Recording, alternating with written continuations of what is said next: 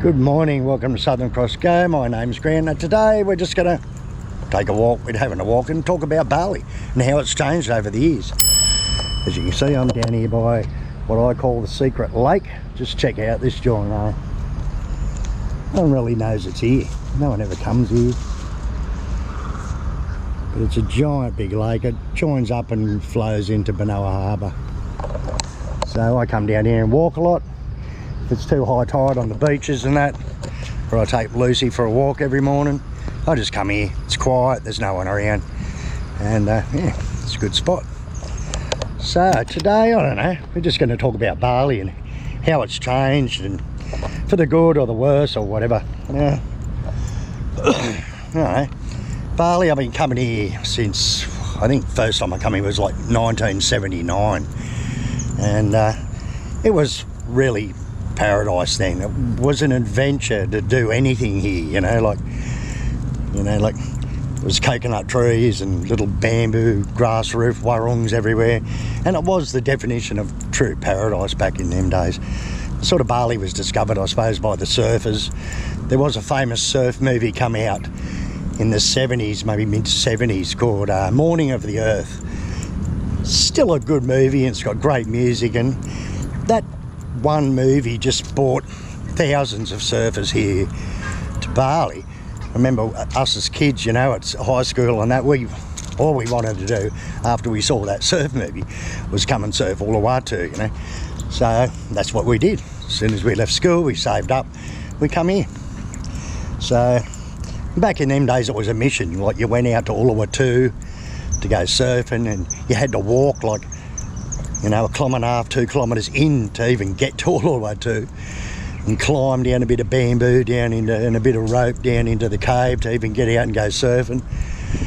Like, it was a true adventure, Even going surfing at Serangan. The first time I went out to Turtle Island, Serangan, we got a horse and cart out there, And there was like 4 of us with our surfboards tied to the little cabin roof of this horse and cart. And we took some beers with us. We got out there and had to walk across a rickety little bamboo bridge thing to get to Serangan and walk another kilometre to get to the surf break. And we were kids, 17, 18 years old, and it was a true adventure. It immediately made you get addicted to Bali, So from then on, I just kept coming back. All through the 80s, I came back every year. Instantly you were addicted because it was paradise, and you could go for hours sometimes up into the mountains or whatever and not see anyone, not see any tourists. I think there was only like 2 planes a week or something coming in from Australia back in them days, so there was more or less only 600 or 800 people on the island, or Australians on the island at a time, so it was plenty of room for everyone to move around and whatever. So that was the addicting part of Bali, and very quickly through the 80s, every year you come back, and those little tracks that you used to ride through and the dried up rice paddies to go surfing into the beach, and you just come to a wall and there's another resort built there, and there's another resort built there. So very quickly in the 80s it become built out, So I think it was about 85 or something, 86. My next door neighbour was American, and so I sold up my caravan and took off with him, went over to America. I landed in America with like $600 US in my pocket, and an air ticket, return 1 year open air ticket. And I stayed there, I think, for 6 years. I stayed in California, come back to Australia, stayed a few years, and then about 95, 96 I think it was, I moved over here. And I've been here ever since. So I've probably spent nearly 35 years, I suppose, out of Australia since I left school, It's my home country. I love Australia, but the world's very small and life's very short, so I figure see as much as you can while you can. And there's no use working all your life and dying, leaving your life's work to your kids and just dying. The way I figure it, set yourself up so you don't have to work and just travel. And that's more or less what I've been doing all my life. So And in the 80s it changed. In the 90s when I moved back here, it was still really good back in the 90s, you know. It was good fun. I'm just coming up on this little, there's a Hindu temple on one side, and this is actually a small Buddhist temple. Now I'll show you this. This is probably one of the most beautiful temples in Bali, I reckon. So over here on the water is the Hindu temple, and this side here is like the Buddhist temple, and it just really is a beautiful little temple. Got all the statues all painted up in gold, and how cool is that? And this side here is the Balinese one. This one just goes, it's a fairly big temple. Sort of Buddhist and Hindu are basically very similar religions. But yeah, it's one of the reasons why I sort of like walking here. I just like this little temple, it's so nice. And over here you can see the big giant banja post over here. During COVID they built all this, they built the big posts, they built all new mangrove walks all through here. And that was for, morning. Yeah, that was for the G20 summit. Now this whole area here was all built, and they spent millions and millions and millions of dollars on it. Now it's still not open to the public, like 3 or 4 years later, which is really strange. You can see the big giant roof over there, the big banjo post. They've got all brand new walkways and that they did through the mangroves here, but none of it's open to the public. They more or less just built it to make themselves, to please the world leaders. We're all here for the G20 summit, so they built all this, spent millions and millions of dollars, and it's still not open to the public. I sort of can't understand it really. But there's a big giant statue on the bypass where you turn into here. It's got all the names of the countries for the G20. So we'll walk past there and we'll have a look at that as well. Oh, Lucy. Oh, Lucy. She's a bit sick with her heart, so I just slowly walk and let her take her time. But anyway, yeah, getting back onto Bali in the 90s. Yeah, in the 90s, Bali was still good. You could still move around easy, you know. There was, you know, it still wasn't, it was busy, but really not that busy still.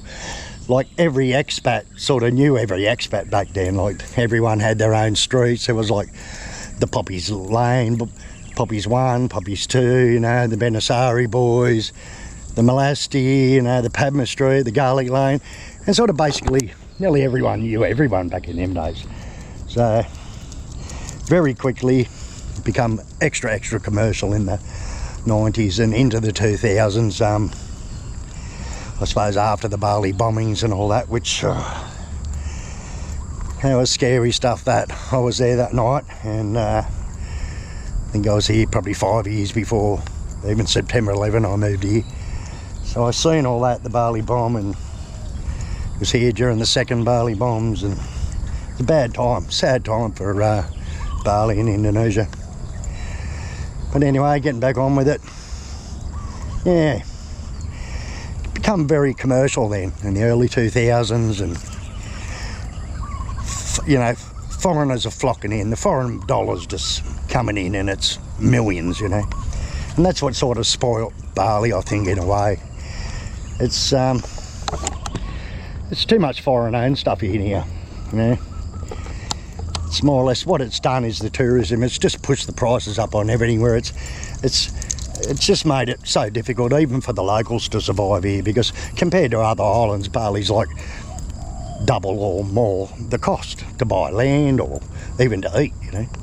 So the tourism, even though it's good for the tourists, it's not really good for the locals. It gives them work, but it also pushes the prices up to the... It's nearly impossible for them to buy a block of land. When you buy 1 hour of land, it's 100 square metres, like 10 metres by 10 metres.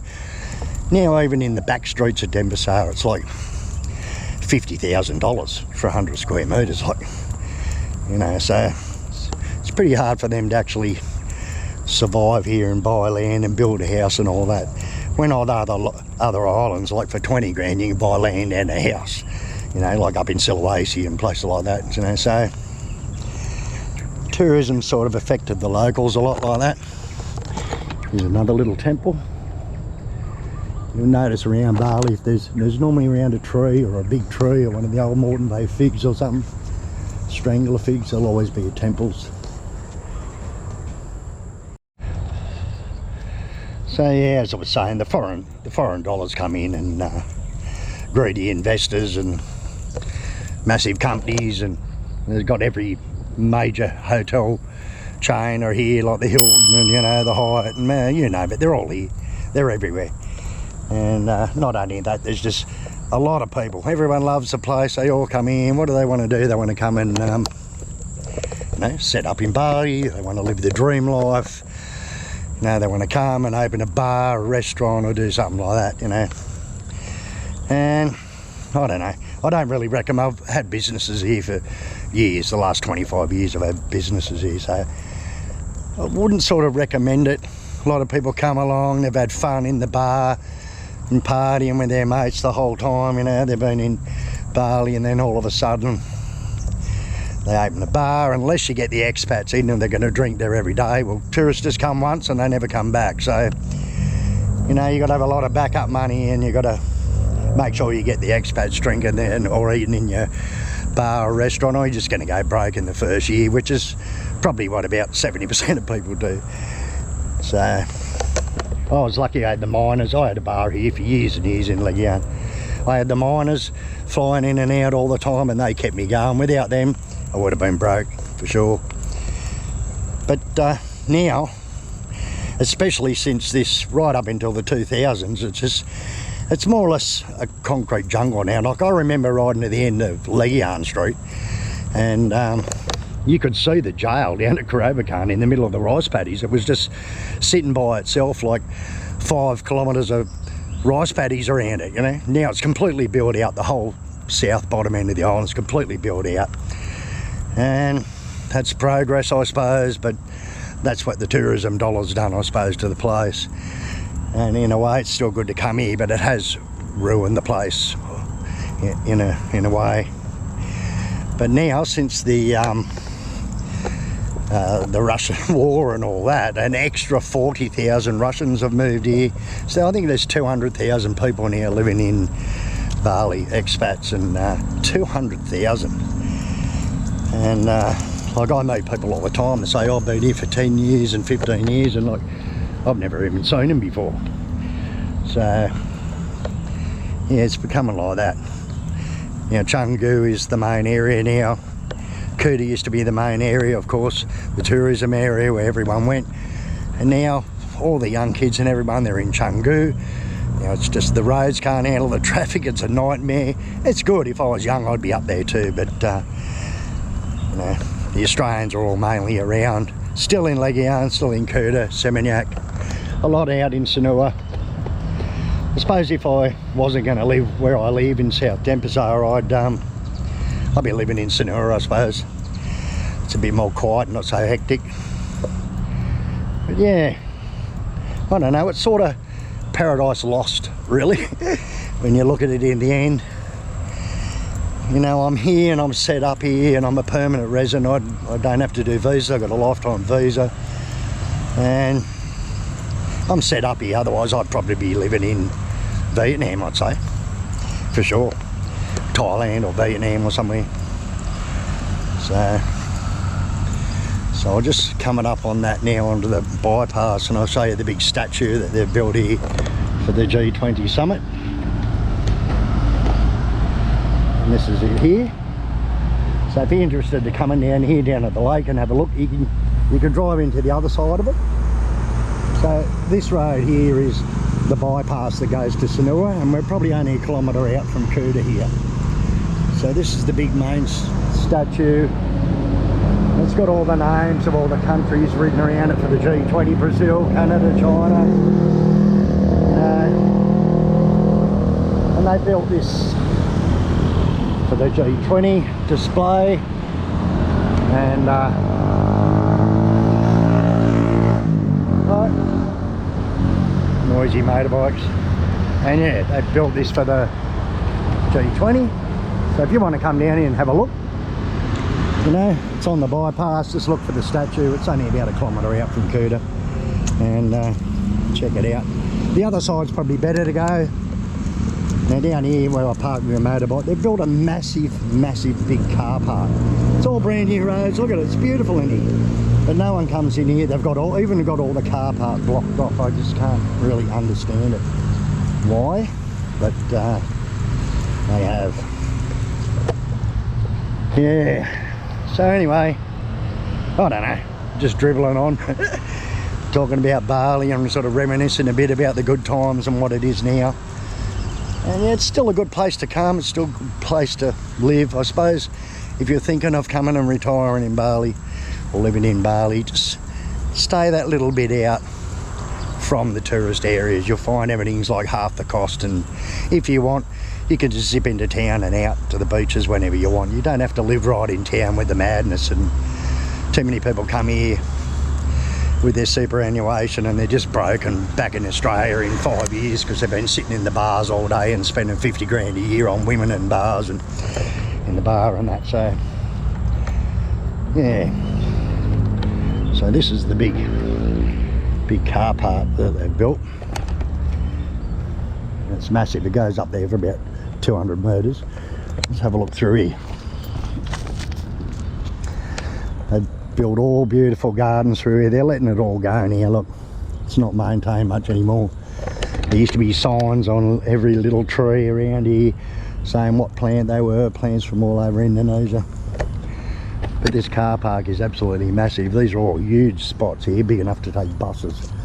And it just keeps going and going and going and going and going. For probably 150 metres of car park, you could fit 2,000 cars in here, you know. And they've just got it blocked off. See the barricades down here? Everything's blocked off. It's very strange why they don't open it up. Anyway, I'm dribbling on again. So anyway, I hope you like that video, just talking about Bali and what it was like and what it is today. And yeah. Anyway, that's about it. Alright, if you made it this far in the video, yeah, don't forget to subscribe and comment and like and all that. Tell me what you think of Bali and your experiences here over the years and how it's changed. Anyway, I'll see you on the next one.